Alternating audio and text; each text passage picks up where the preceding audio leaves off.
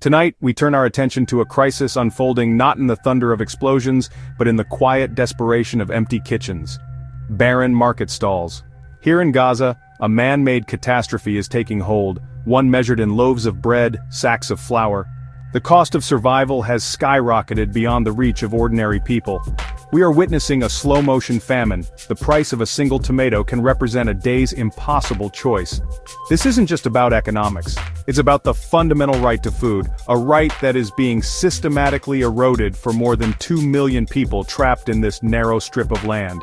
The world watches, but for the families here, watching is not enough. The situation is dire, and it is getting worse with each passing day. Food, the most basic of human needs, has become a luxury item. The markets, once bustling with life and color, now display shockingly high price tags next to dwindling supplies. A bag of flour, if you can even find one, can cost hundreds of dollars. Many Gazans have lost their homes, their jobs, their savings. This is a story about the crushing weight of hunger, a weapon of war that is silently and effectively devastating an entire population. The international community must understand that this is not a distant problem. It is a profound moral failure happening on our watch. The numbers paint a horrifying picture, a statistical portrait of a population on the brink of starvation. Before the escalation, a 25-kilogram bag of wheat flour cost about $10. Today, in the north, that same bag can sell for over $500. This is not inflation. This is extortion born of desperation. The price of sugar has increased by over 1,000%. A single can of beans, once a staple, now costs what a family might have spent on food for an entire week. The World Food Program has warned 500,000 people are at catastrophic levels of hunger.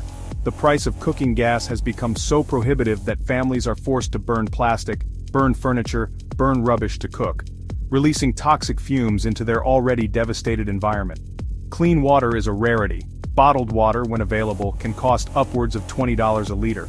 This forces families to drink contaminated water, leading to disease and illness, especially among the young and the elderly.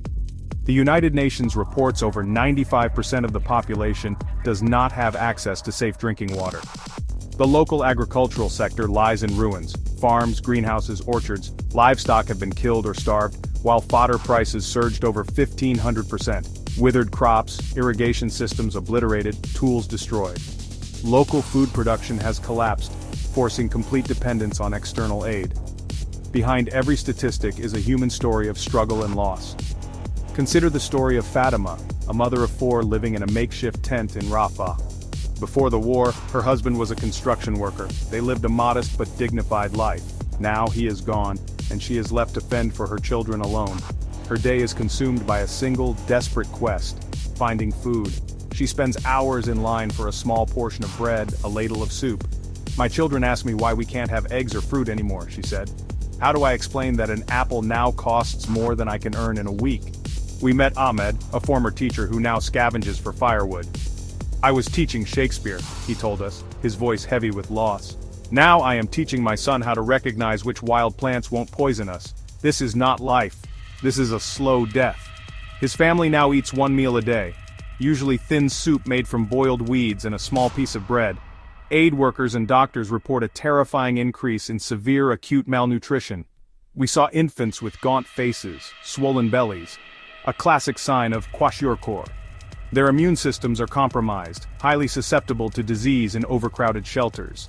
A doctor described a nightmare, watching children waste away without therapeutic food or medical supplies. As one elder said, "In other wars we rebuilt.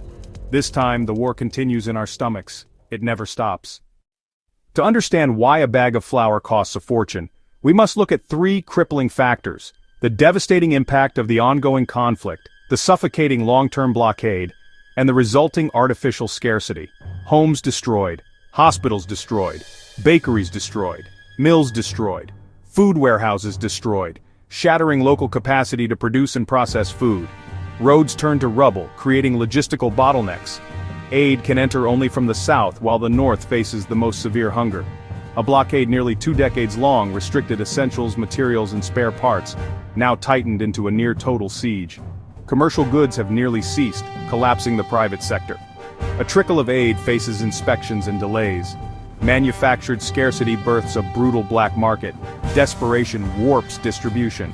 Destruction of farmland and killing of livestock are strategic blows to food sovereignty. Farmers near the border risk being shot. Fishermen are confined to a tiny, overfished zone. Even if the fighting stopped tomorrow, this crisis would last months or years. Humanitarian organizations are waging a heroic but losing battle. WFP, UNRWA, countless NGOs on the front lines. They distribute high-energy biscuits, canned goods and flour, run kitchens providing one hot meal a day to thousands.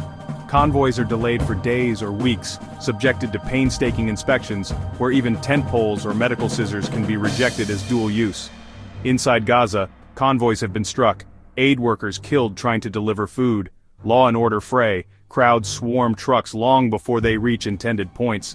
A single choke point, fuel, cascades into paralysis. Trucks can't move, bakery generators and water pumps fall silent. Despite Herculean obstacles, aid workers persevere.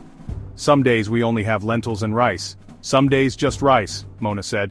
But we give it with a smile, because for many, this is all they will eat. It gives a moment of dignity. These small acts of humanity resist despair, but volunteers are exhausted, traumatized, and running on empty.